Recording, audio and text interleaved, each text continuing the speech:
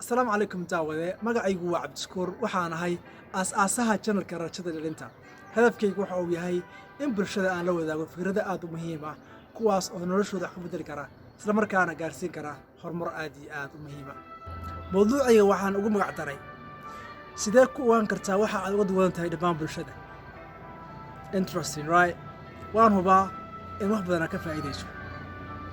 sababta aan u qaatay mowduucan waxay tahay waxaan ogaaday dad badan markii la weydiiyo su'aal ah kuma tahay ay ku leeyihiin hebel baa la yiraahdaa deetana aysan garanaynin meeshii u dhaafi lahaayeen haddaba haddii aad daawato videogan waxaad ogaan doontaa qofka aad tahay iyo waxa aad uga duwan tahay dhammaan bulshada balse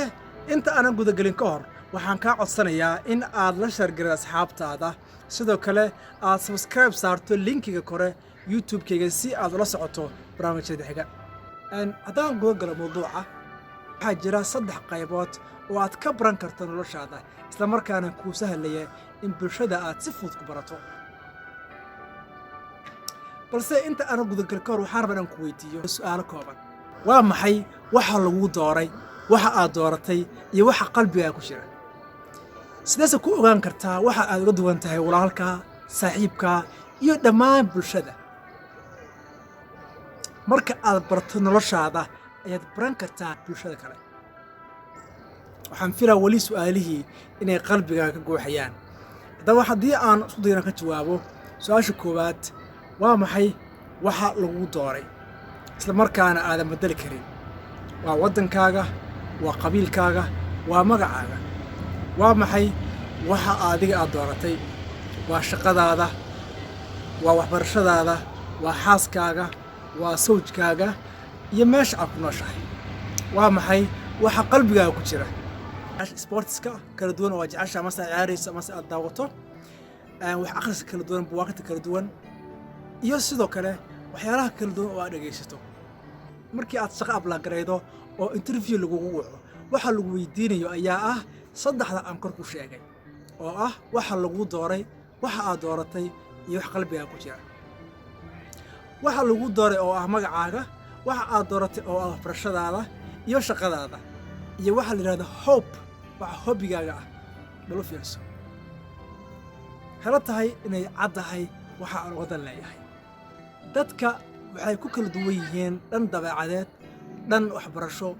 dhan fikir intaba wuu kala duwan yahay qof walba waxba uu unique yahay Allah subhanahu wa ta'ala dadka isku madaray sidee hadba ku ogaan kartaa waxa adiga aad unique tahay walaalaha maxaad uga duwan tahay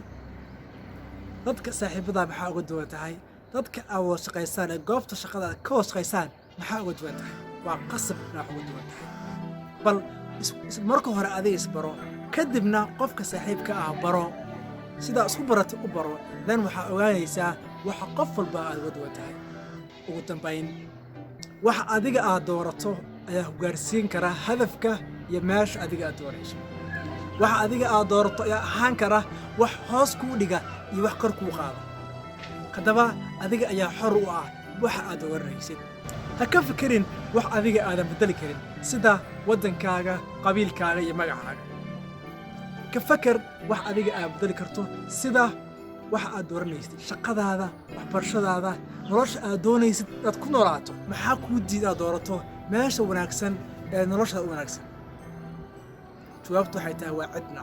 adiga ay waxba kuu xiran yihiin adiga ayaa guul gaari kartid adiga ayaa gaari kartid wax adiga aad doonayso